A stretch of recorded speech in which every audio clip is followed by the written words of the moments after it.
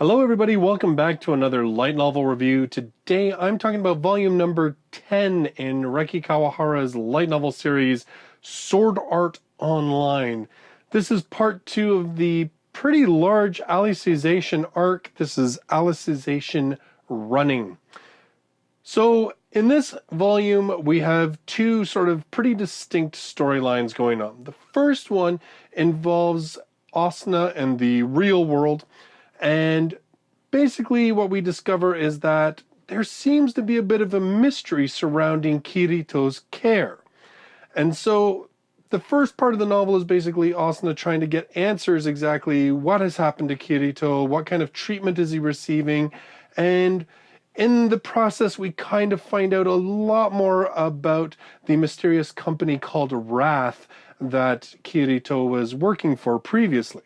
The second part of the novel follows Kirito and his new best buddy Yujio, a dude, which is kind of a switch up for Kirito, but nonetheless, the two of them, of course, at the end of the last volume decided that they were going to follow the path to becoming Integrity Knights so that they could finally find out what happened to their friend Alice, who was taken away from the village 8 years ago in underworld time, which is not the same as real time, but that's what you're going to find out in the first almost 100 pages of this novel, which brings me to my one and biggest complaint about this volume, and it's really not just me. Even Reki Kawahara in the afterword of this book apologizes for it, and that is oodles of exposition. So this book this is my copy, is 231 pages, and that includes the afterword. Okay, so for the first so for the first 92 pages, so a good chunk of the book, we pretty much have everybody just talking. It starts off with Asuna, Lifa, and Shinon talking. The only little bit of action we get is as we move to a new locale where people do more talking, and then there's a shift to a new locale where there's more talking. More talking. And then we get to the cool part where there's swords and action and yeah. So, I mean, here's the thing. The information that was covered in this exposition that took almost half the book, it's important to know. It helps you sort of fill in a lot of blanks and understand exactly what is going on. My biggest complaint is that it's dumped on you at 100 pages. There had to be a better way to mix it up a little bit into the story. I'm sure there must have been. It just feels like 100 pages of info dump, which, I mean, depending on how you feel about it, you're going to either hate it or, you'll suffer through it. Because when you get through it, when you get to Kirito, it's actually pretty good. You can really see where Kawahara has decided that he's going to take full advantage of what he's creating. And he's going to use it to tell a almost purely fantasy story using the character of Kirito. Because in this, it is, tournament. We have a big tournament that occupies part of it, with Kirito and Yujio going to this tournament. I'm not sure if I'm pronouncing Yujio right. Feel free to correct me if you know, but I'm just going by what I read, right? So I don't know.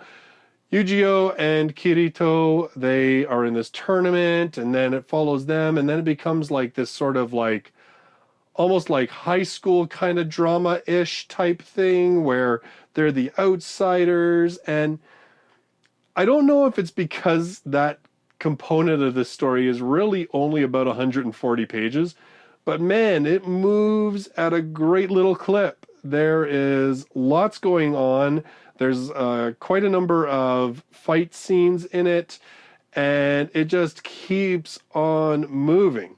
And it introduces us to a couple of new characters who actually had okay personality for being sort of throw off, I don't even know how often we'll see them again type characters in a Reki Kawahara novel.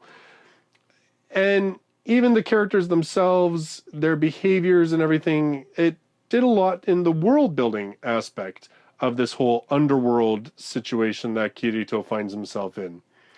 Like, I have to say, I mean, in a way, this reading through this, it reminds me of how I felt when I read Sword Art Online Progressive, which is that it really does read a lot more like a pure fantasy. And of course, there are certain things in it that make it very clear to you that it's not. I mean, even Kirito himself is self-aware of the fact that he is in a simulation, that this is not reality. There's the inclusion of, like, I don't know if it's almost like there's an inclusion of like a Tinkerbell type character for Kirito. Not quite as obnoxious and not quite as visible, but I don't know how I feel about it. It's almost like the character exists just so that we can read about Kirito and Yu-Gi-Oh in the third person, because of course in Sword Art Online, Kirito, whenever he's the point of view character, it's all in first person. So I'm not too sure what the whole idea behind that was. I'm sure it'll play out more as the series progresses. Just this initial introduction, some of it was kind of funny.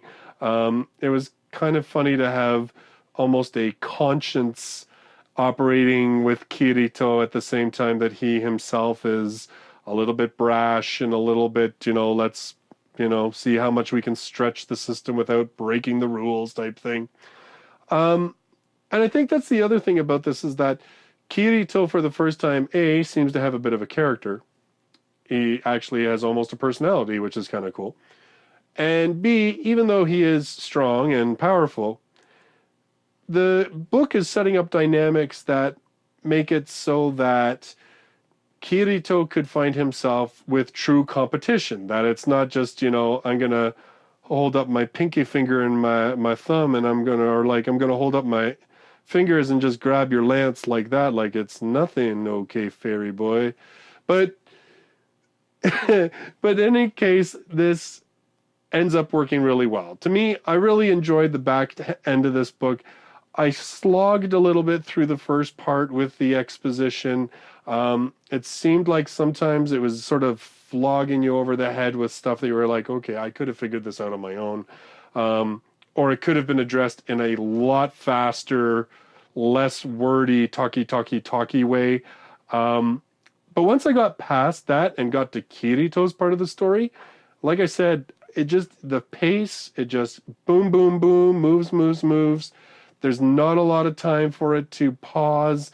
Pretty much everything that happens seems very immediate and interesting. And, this series, like I said, I think in the last one, that whole idea of let's create a fantasy world and put Kirito in it, it works. And it almost makes me wish that Kawahara had just written himself a straight-ahead fantasy instead of trying to shoehorn Sword Art Online into it. But whatever, okay, fine. We'll see how this plays out. As I said, the first 90 pages or so, depending on how you feel about exposition and info dump, you're going to, keep on plowing through it because, well, you kind of have to, or else you're really going to be lost. But all I can say is that the tail end of the book is a lot better pacing, a lot more interesting, characters who are actually doing things instead of just talking. And yeah, so I mean, kind of a split feeling on this book. Again, you know what? It's not that the exposition really kills it or that it's unnecessary. I just feel like you could have mixed it up a little bit more instead of having boom, the first half of the book being nothing but that exposition. I kind of feel like it could have been mixed up and we could have had a bit of Kirito mixed in there. And, it just, from a stylistic point of view and a reader point of view, I just felt like I got info dumped a little bit heavily and that it could have been handled better.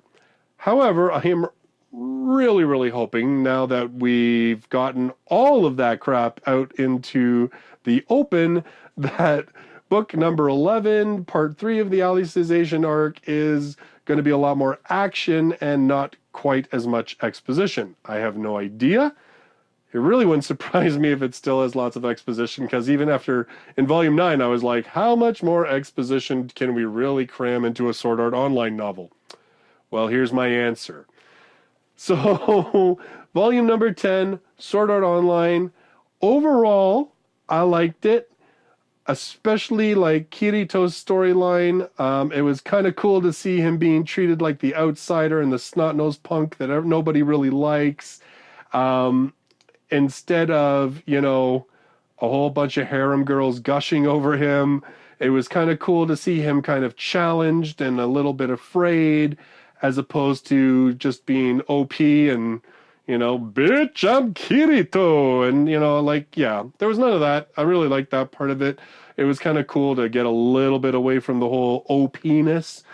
Wow, I said, oh, anyway, never mind.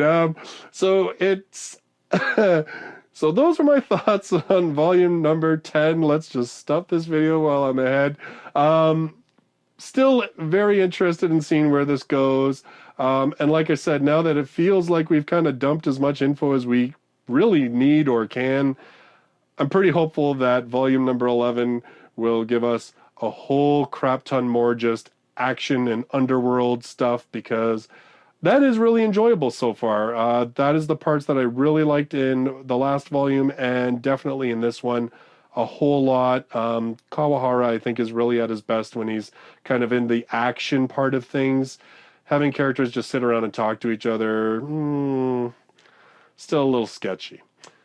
So, with that one out, now we are going to do a little bit more catch-up, because, you know, that's kind of what I'm in the groove of doing right now.